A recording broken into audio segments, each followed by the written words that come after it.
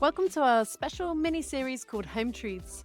We're going to be talking about some common misconceptions in the world of renovating, bust some budget myths, and basically shine a light on how to avoid a stressful renovation. If you're thinking about renovating or about to start, or you're right in the middle of it, this is for you. Hi everyone, today we're going to be talking about you. You've got a clear vision of the type of home you want to create. You've seen it on Instagram, on Pinterest. Your taste is on point and you're really frustrated because everyone is saying your budget isn't enough to get you what you want. You could be what is classed as high design, low budget, a phrase we've literally just coined for anyone who's out there. It's not a name thing. But Jane, I guess before we go into that, it would be good to talk about, broadly speaking, what are the different types of projects and how do people know if they are in the high design, low budget category? So it would be helpful to just lay the landscape of what the different types of projects are. So there's three that we're going to talk about. The first one is really where you want extra space and you're on a budget and you're not really going to go for all the extra bells and whistles. You're going to keep it really efficient and you want to just get into your house or the upgrade to your house and you're not going to complicate it too much. And in that situation, you could go to what we would call a permissions architect and get some basic drawings that show the building control regulations and make sure that everything fits and get planning permission. And then you would work with your contractor to make that space for you. So that's option one. It's quite efficient because your contractor will fill in the gaps and the details. They might use their suppliers, but really you're leaving it in their hands to deliver you the most cost-effective project you can. Just to add to that, I think it's kind of classically, it's the loft extensions, when you need that extra bedroom or you need the room on the back. It's about space more than anything. Yeah. So then if we go to the other end of the spectrum, we've got the bespoke project. So that's where you might hire more of what we would call a design-led architect who's going to draw up something completely bespoke. Maybe they'll be looking at bespoke details, materials. And in that type of project, you have the architect or designer to actually design the thing, but you will also probably need them to deliver that project on site because it is bespoke and they will need to be there to talk to the contractor. They're going to be helping the contractor to understand the drawings and deliver that project for you. Yeah, I guess projects that kind of tend to be in this category are ones where there's multiple things going on. So there might be a side infill, there might be a loft extension, there might be a reconfiguration of the ground floor. There's usually multiple components. Mm-hmm. So they're like the two ends, if you like, of the spectrum of projects.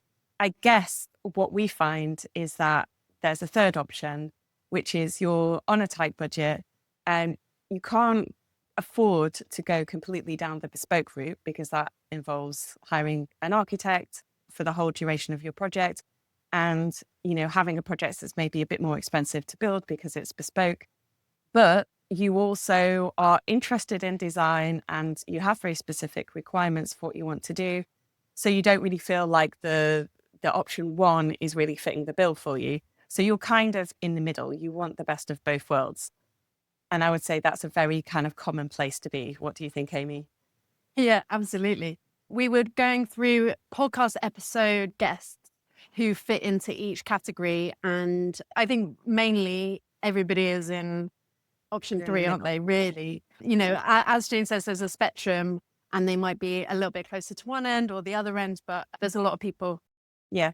Well, also because they're the people that we resonate with and look for projects that are trying to do something maybe a little bit different, but on a budget. So there's a reason why probably most of our guests fit into that category. True. That is true.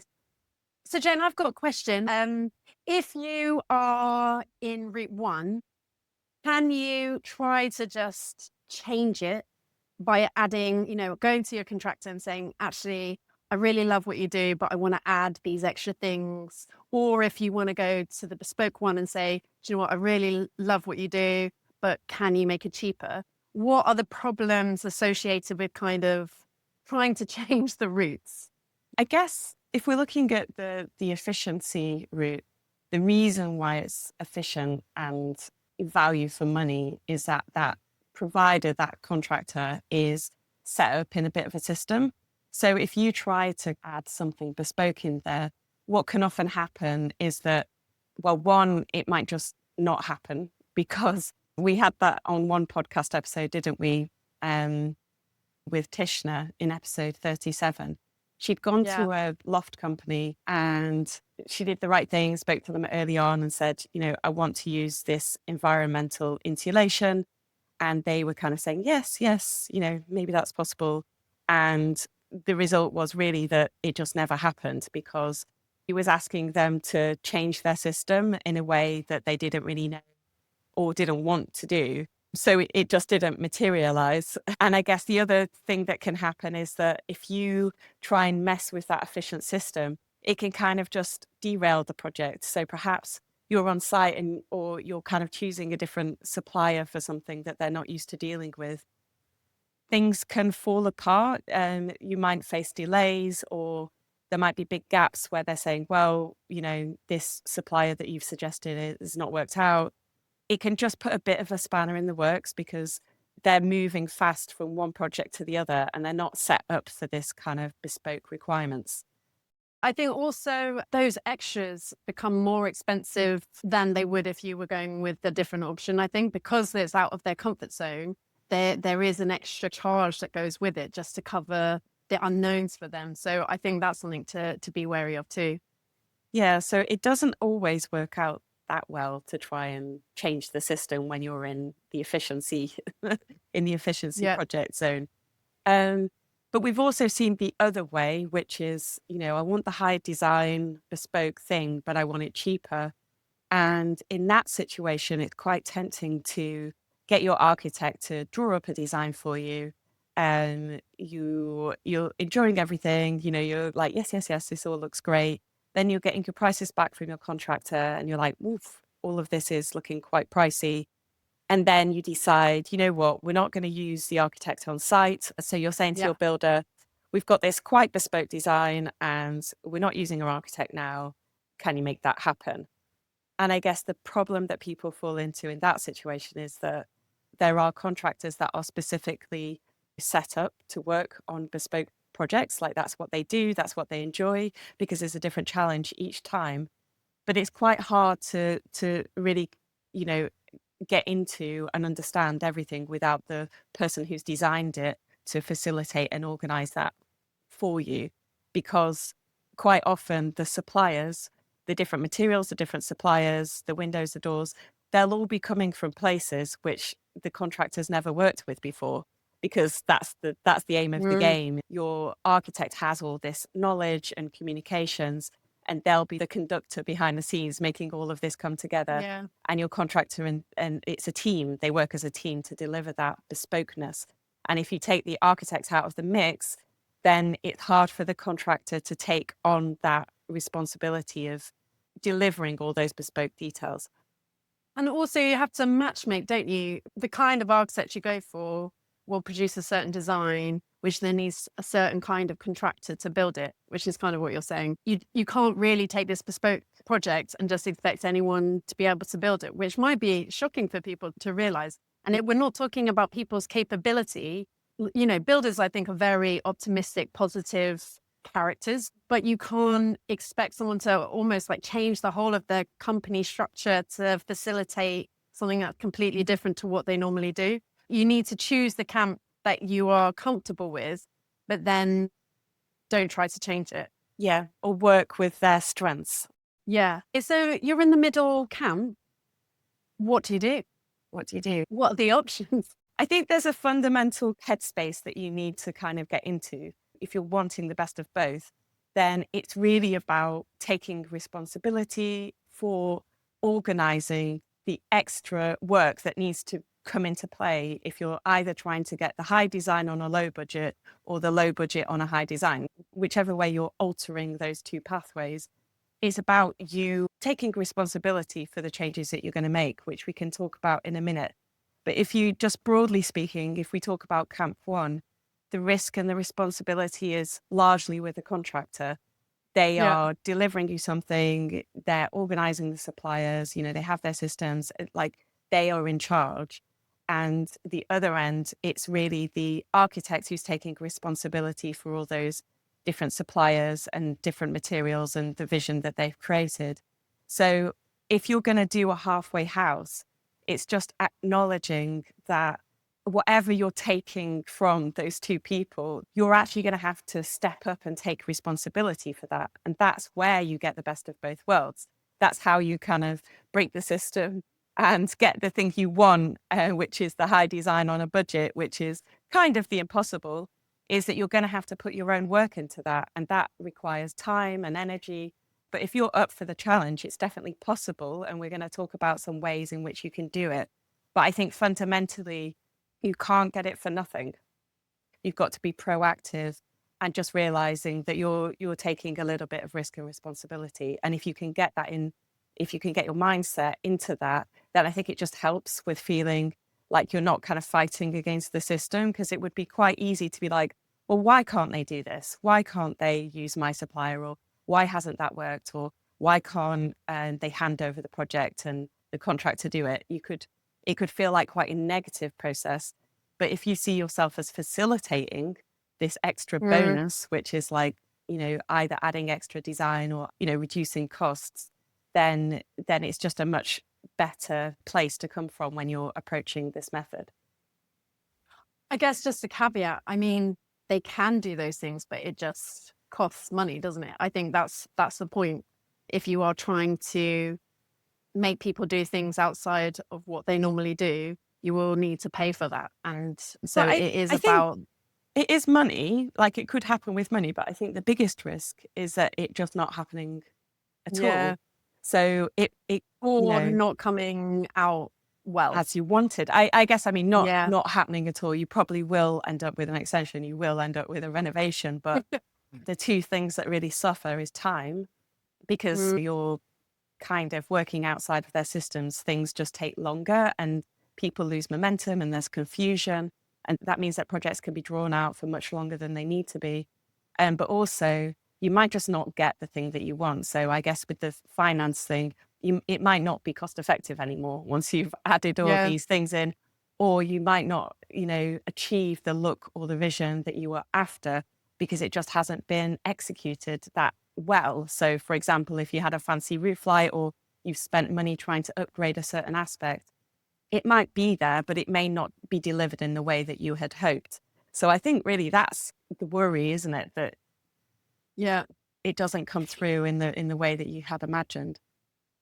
I mean, I guess what comes to mind is Gemma, who was in episode 38, who's an interior designer, and the kind of method that she used with her own property is a really good example, because it was bespoke and, design led in inverted commas, in the fact that she had really looked at the design holistically, and it was very important where roof lights were or how things work together. But she'd actually used very kind of affordable materials, and she'd done it in a way that was kind of simple to construct. And there are architects that do work like that, and interior designers that Mm. do work like that. So again, it's in the same way that you'd be looking for a contractor who's open to working in a slightly different way. When you're talking to the architects, being really upfront, like Amy said, about saying, we're going to be running this on site with the contractor. So we need you to design it in a way that's going to be easy to do that, but also to use standardized suppliers and materials that your contractor is going to be confident to work with, Mm. without an architect there to tell, they're going to know how to fit a Velux roof light.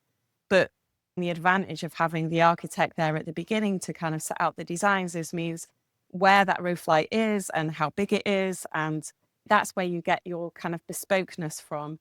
But it's actually easy for your contractor to deliver on site. And that is definitely an upfront conversation to have.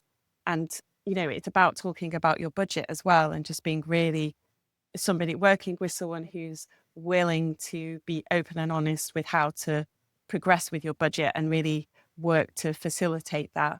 So, they're a little bit gold dust, aren't they? Architects that work, design architects that work in that way. But I think they're getting I think there's more and more people that can deliver that type of project. Do you agree? Yeah, I do. I guess there's also the option of if you have got that niggle that you think, oh, maybe the potential of the house could be unlocked just with one kind of big move, and you don't want to just stick a box on the back. I think in that scenario, if you are on a tight budget, it's really worth going to talk to an architect and actually getting that initial layout, that kind of holistic design for your property, and then going to the design and build company or, I think getting that input early on can really help you just in terms of almost the intangibles.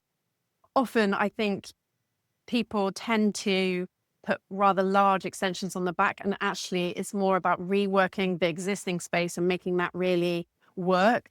So I think getting that design and getting a good plan, I just think whatever option you're going for, actually, I just think it's so worth it. It's important to say that although everybody does design, some architects are more specialized in really working with you in that kind of holistic way, talking to you about your requirements for your home, really working hard to put a brief together and make a layout that is perhaps not the most obvious.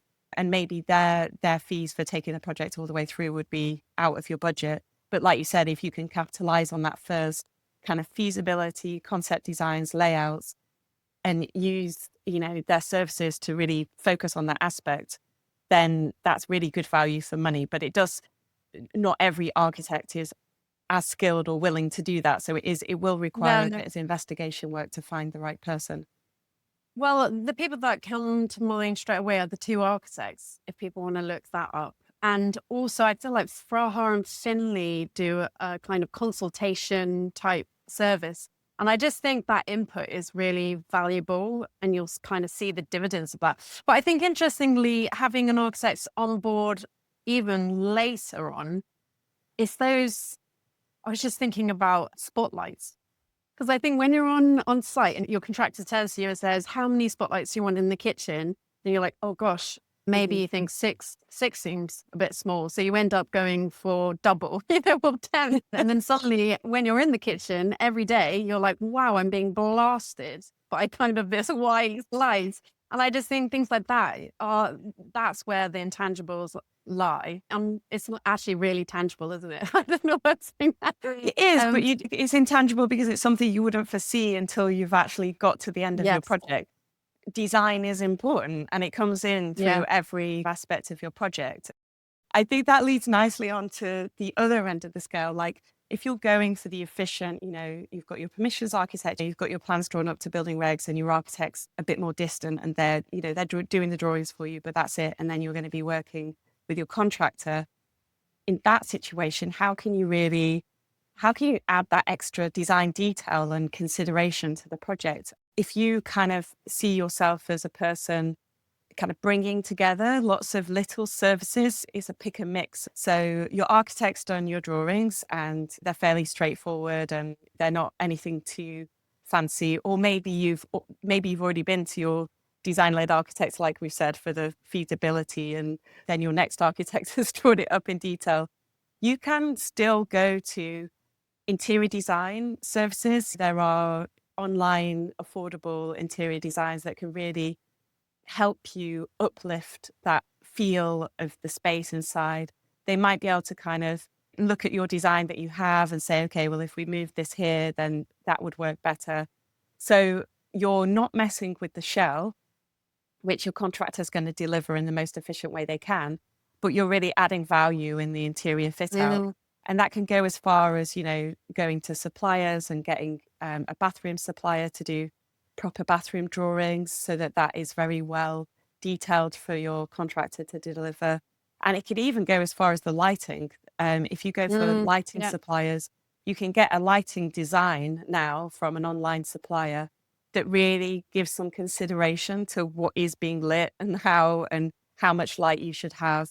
And it's not super expensive, and you will need to coordinate the design you have from your kitchen designer, the design you have from your bathroom, the design you have from your lighting, and you're kind of checking that all of those work together and then communicating that to your contractor.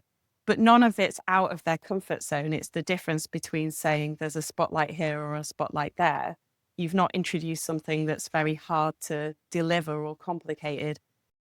If you are on a budget, you're going to have to do a lot of legwork to get the quotes and the prices for the things that are going to fit your budget. You can't just go to the first supplier, to the Well, how long has supplier. it taken you?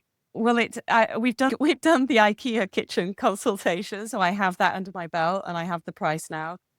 But I'm being the tricky customer because I don't want just a straightforward IKEA kitchen. I want the budget, but I want it to be a little bit designery, which is exactly what we're talking about. So now I'm going to go to the high budget kitchen, which we probably can't afford, to kind of see comparatively how much that's going to be. And then I'm going to be picking and choosing between the two.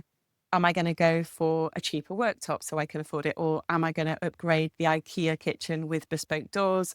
Or, I'm going to have to put a lot of work into getting the look that I want for the budget I have. And that's what this role is all about. That is how you achieve it, is with legwork and your own time. I mean, I was kind of thinking, well, I don't want to look for stuff too quickly because the prices are going to be out of date. But in a way, it's never too early to start having Yeah. those meetings, because if you can book in with IKEA like really early on, for example, at least you've got that as a benchmark where you stand on that one. Then you go, you can start programming them in. They're not going to, yes, you'll have to go back to get the final quote when you're ready, but you know the landscape and you know how much things cost. And so you can start Yeah. picking and choosing between the different things. But also, I think it's interesting, kind of going back to your point about using off the shelf products, is also limiting the amount of bespoke things you need. So, in a kitchen, working on a 600 mil unit kind of grid is going to Mm. really help with keep the costs down. So, I think there are ways around keeping the budget down, aren't there? But like you say, it's just there is effort and there is time. Do you have any other tips for people who are trying to get that look? I guess one thing that was just coming to mind for me was our concept of choosing where you spend your money. So instead of, okay, you really want that window seat, you really want a swanky kitchen, you really want, we all want lots of things. But actually, when you strip it down, what's that one element that is going to make your heart sing? One thing can elevate a project. So let your contractor get on with the majority of it the way that they were going to. If you've gone down that route with your contractor, and only focus on one or maybe two areas where you're really going to put your effort in and make that pop. And I think that would be another tip, is there's a difference between working with a contractor and maybe upgrading a material or an item that is essentially installed and done in the exact same way that they were going to already. So, for example, if you're having a brick extension, you could upgrade the brick. You could go to the brick merchants and choose a brick that may be a little bit more expensive. Don't choose a brick that's a different size to what they normally work with. Upgrade in a way that they can still work with the thing that, in a normal Yeah. way that fits with their process. And then another thing is gutters, you know, plastic guttering. An architect's way of dealing with that quite often would be to have a hidden gutter and a whole new detail and way of constructing that so that you can't see it, that would require coordination. But what if you upgrade your gutters from plastic to aluminium? That changes the whole kind of look and feel of your project, whilst you've added a little extra, but you're not changing the way that that thing is going to be done. And so it's an easy substitution to make. And maybe those are things that you could talk to your contractor about, how to upgrade certain elements without completely changing the way that they're going to do something. Yeah, absolutely. So I guess ultimately what we're saying is, be aware of which route you're going down and make sure that Yeah. the people that you're hiring are comfortable with the fact that you like what they're offering, but you want to kind of put a little bit of your own work into making that work for you. And then the next point is to acknowledge that that's going to take time and effort from you. And that not only is that, on your head to make that work, but you're going to have to put more time into the project and make sure you put time aside on the lead up, as much on the lead up as possible to doing your homework and working out what it is that you want to change or alter. Not to plug too, it kind of leads Plug really away, nice on Amy, the please. app. Okay. But I think that is kind of why we made the app as well, because you can start really early doors to kind of iron out those things. And what I really love about it is that you don't lose the research or the work that you've put in. So I don't know, maybe this is just me, but you have moments where you can deep dive. You might spend a couple of hours going into a certain thing, but then you can kind of upload those products. You can see it in real time, and then you probably won't come back to it for another 3 weeks. And then when you do come back, it's there. All of the links are still into those products. And you can be like, okay, right. Oh, I'm going to go dive into the world of tiles and, have a nice time in the world of tiles. But what's nice is that you're just plugging away and kind of building the picture. And then when you are ready to go on site, you can just order all the things that you already know are in budget. And it was designed to help people in this middle bracket.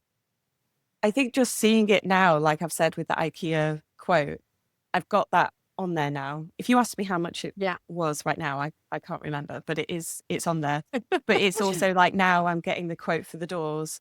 And what's good about it is that I'm manually going through and I'm making sure that the quotes kind of match up. So I can turn things on and off. So I've put the doors in separately so I can see the difference if I go with the IKEA doors, how much is that going to impact my budget? If I want to upgrade the doors to, IKEA or someone else, then I can do that. If I want to go for a totally different kitchen from a more expensive supplier, I can do that. I can list the install costs separately. So it's not just about getting the prices, it's about breaking those prices down and seeing how they're different and playing around with the different combinations of what you're going to get. Because sometimes you think one way is going to be cheaper, but actually when you look at the install costs, it pushes it out of your budget. So it's the ability to kind of play around and turn things on and off.